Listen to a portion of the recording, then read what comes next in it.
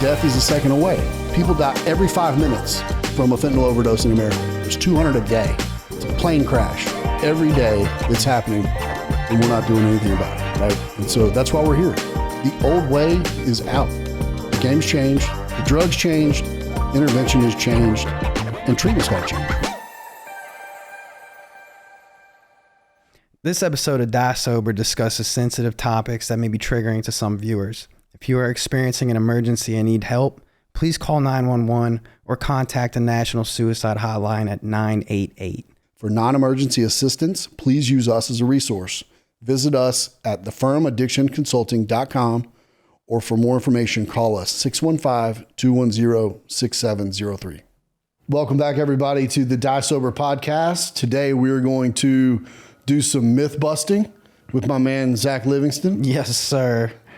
The first myth I want to bust today is rock bottom. An addict's got to reach rock bottom before you can get them interested in help. Yeah. True or false? False. Why? Like, you can see my face as soon as you bring it up. I'm just like, this thing again. Because we hear it all the time. Why is it false? I get it a lot on social media. I have social media warriors tell me all the time that we are useless until someone hits rock bottom. And I just don't have the time or the energy to respond to them all. Right. There's a ton. So I want to hit it here hard. Yeah. We, as opposed to letting someone hit rock bottom, and that's death. Yeah, that's where the term comes from. Rock bottom is death, especially with today's incidents of accidental overdose with fentanyl, right? It's my truth is that we can raise rock bottom to meet their feet as opposed to let them continue to fall. Yeah. Agreed. Right. So for families, if you believe in this rock bottom myth, please stay on with us. And if you happen to be struggling with substance abuse, thinking that you've got to hit rock bottom before you might find some willingness, stay on with us. I want to talk to you guys too. Rock bottom. Yeah. What did it look like for you? For me, it looked pretty rocky. You know what I'm saying? For me, it didn't look so good, but like, you don't have to go that deep. For me, here's what it looked like. It looks like a lot of jail. It looks like violent crime. It looks like, weird habits at KFC to make sure I'm fed. I think we've talked about that before. We know you like KFC remnants. I do. It looks like not being able to keep a job, not being able to keep any kind of relationship. Nobody even really wanting a relationship with me to begin with. Right. No financial stability, no peace, serenity, nothing. Rock bottom for me, and a lot of overdoses. I don't know how many times I died legally, getting defibbed back to life and stuff like that, which, side note, sucks. Have you ever been defibbed? Never. It sucks, man. It messes up your chest hair for like 6 months. So you get like... I didn't know you had chest hair. Well, it's blonde, but it's there. But then like it'll grow back just like all weird and scraggly for like 6 months, dude. It like shocks them away. It's it's not a good look. But that for me, like neither is rock bottom. Like that's what it looks like for me, man. And I think the whole, you got to reach rock bottom before you do something different. I think that's a statement just based in ignorance and just, I think it's just, for lack of a better word, it's just dumb, dude. Yeah, rock bottom for me was realizing that I had squandered and I had a lot, but I'd squandered every opportunity put in front of me for a better life until I'd lost my freedom and the even idea for freedom for a big block of time. Yeah. That was when I said, oh gosh, I need to do something different, right? But only at that point. Now, had the opportunity to use, or my parents and family and friends, had they been able to confront me and cut off my means to continue to use, that would have been rock bottom for me, right? I continued to sink because my family didn't know how to properly love me with authority. Yeah. Right. And here's how I know rock bottom can be manipulated by loved ones. I know it can't. This is the best. You mean manipulated positively? Yeah, positively, like raised up. Influenced. Yeah, okay. you can influence it up, right? The best definition I ever heard for rock bottom is when the addict's circumstances are getting worse exponentially quicker than they could lower their standards. Now they're in that place of like that just moral kind of bankruptcy where you just feel like just empty, right? That can be maneuvered by family. Right? Like we can raise that up to meet them every time. I've seen it happen too many times where families want to say, hey, we just want to make sure that this is our last chance, last ditch effort. We just want to make sure that we give our loved one final opportunity. Like we'll have a unified front. Basically, they want to clear their conscience, right?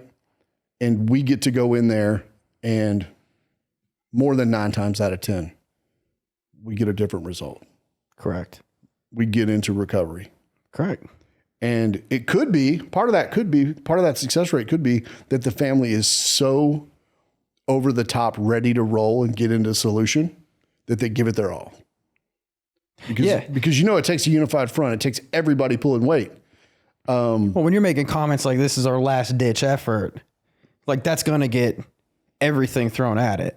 Right. Right. If it's really the last ditch effort, every person on that team is coming to actually play for real. And I've seen I have exclusively done this work for more than 10 years now.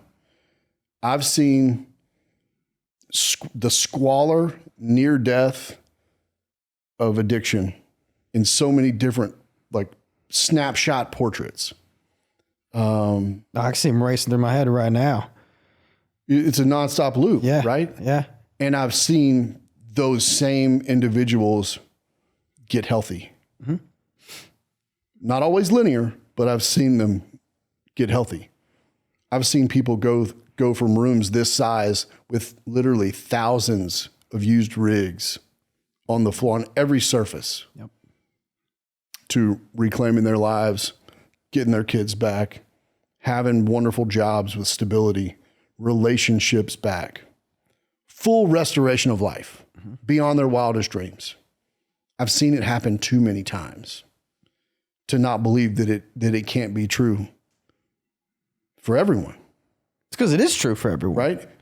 And the true definition of rock bottom is death. Let's be clear about that. Yeah. I think the old conversations that people in behavioral health and treatment used to have is, well, you got to let them hit rock bottom and then they'll be willing. I think that's horseshit. And I think it's I think what's really going on with that too is nobody can convince me you're not gambling with human life at that point. Right. To me, that's a gamble. And when we're talking about human life, it's the stakes are too high. I'm not going to play that game. We have one tomorrow with a family who has consistently underswung at their child's addiction problem. And tomorrow is the day where we say, hey, we can help you, but only if you're willing to put the following boundaries in place. If you can't do that, then you guys are gambling with your child's life. Right? Correct. And it's only fair to use language that direct. Because it's accurate. And at the same time too, I mean, we understand both sides of the ball. We've both lived on both sides of the ball. And when it comes to families, like we've been on both sides of that too. Right. Like you're a dad, I'm a dad, we're sons, right? In our family, like we've been through it. It really is. Like I don't know many parents. I don't know any parents who, if you ask them such a direct question like that, they're going to be like, no, I'll gamble. Right. I just haven't met that guy yet. Mm-hmm. Do you remember when we were up near Boston and we had a super sweet set of parents of an adult child. The adult child was living on their property and we're preparing for the intervention. And the dad really wanted to give the kid $100 more a day before the intervention just to keep him happy. Yeah, and he was buying bags of fentanyl for $2 a bag. Right. And so you remember what I did? I took out. It was beautiful. It was an art is what it was.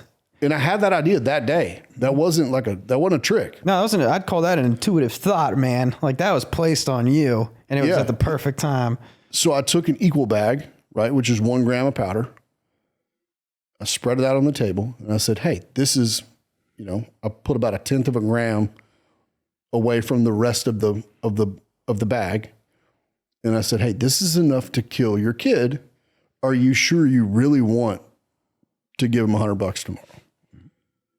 And mom and dad looked at each other and they looked back at me and they said, okay, we get it. Right. That to me is sometimes how, we just have to illustrate, Yeah, we do. the fact that it's never too late until your child's dead, and that young man doing awesome right now. He's gone through his process, kicking and screaming, but he went through it happy and healthy. Yeah. I mean, for me, the takeaway is always if they're still breathing, there's still a shot. Mm-hmm. There really is. And the squalor that young man was living in. I remember walking his mom and dad through the room saying, there was dirty scales sitting there. And mom said, oh, that's for his jewelry business. And I said, really? Because that looks and smells like cocaine. Yeah. And then I remember asking, hey guys, have you ever smelled crack cocaine? What it smells like afterwards? And they said, no. And I said, well, just take a sniff of your son's room. And I remember inviting him back into his bedroom, right? Which was a pile of pillows on a floor. I'm saying, did you guys know he was living like this? And both of them said no. They'd been too scared to look. Yeah. And again, it's never too late. And they were on of the thinking hey, we just want to make sure we've done everything we possibly can. Mm-hmm. That's why we were there. We've seen some wild ones, man. We really have. We've seen some low bottom people who have since turned it around, found recovery, and now live a completely different life. I mean, I could think of a couple instances with, I can't say it because of HIPAA, but there's been a couple incidents with some government bureaus that we've done some consulting with and things like that I've gone into their apartments and seen that kind of living where there's just, I'm talking a person over the course of 36 hours has, 70, 80 empty beer cans and, 3 or 4 empty fifths just littered all over the place. I mean, kitchen pots and pans filled with urine because they're too drunk to get to the bathroom, right? So on and so forth. Just dirty, nasty, just low down, vile stuff, man. Thugging. Going in there and the person's just making their claim to me about how much that they just want to die. Just leave me here to die, go away. It's over for me. And it's never too late. Once again, that person, it took a long time. Mm-hmm. It took about a 2-hour conversation. That wasn't so much of an intervention as it was. I mean, it's a form of intervention, but that was more along the lines of crisis management. But I remember I took that guy to detox and he's been sober since. And I remember that one really clearly too, because that was one where afterwards, just because of the way, how much suicidal ideation that dude had. I remember after I dropped him off, I broke down. I was crying like a toddler, man, in my truck, but he's still sober, doing great. It's not too late. It's never too late. Rock bottom looks different for different people, but rock bottom doesn't have to be hit the way that some people think it needs to be hit. It can look different. Right. And I'm in the same seat going, we can manufacture willingness if we bring boundaries to life and consequences to life before the rock bottom, meaning the coffin. Yeah. Right. Why can't we, there's no reason why we can't do our part to close all the doors that we can, except the one that leads to recovery. Right. That's where we lead our families. Mm-hmm. That's how we get there before it's too late. And for guys and girls that are sitting there going, it's too late for me. I've already lost my career. I've already lost my money. I've already lost my car. I've already lost my job. I've already lost this relationship that I can't replace. I've already lost my children. It's not too late.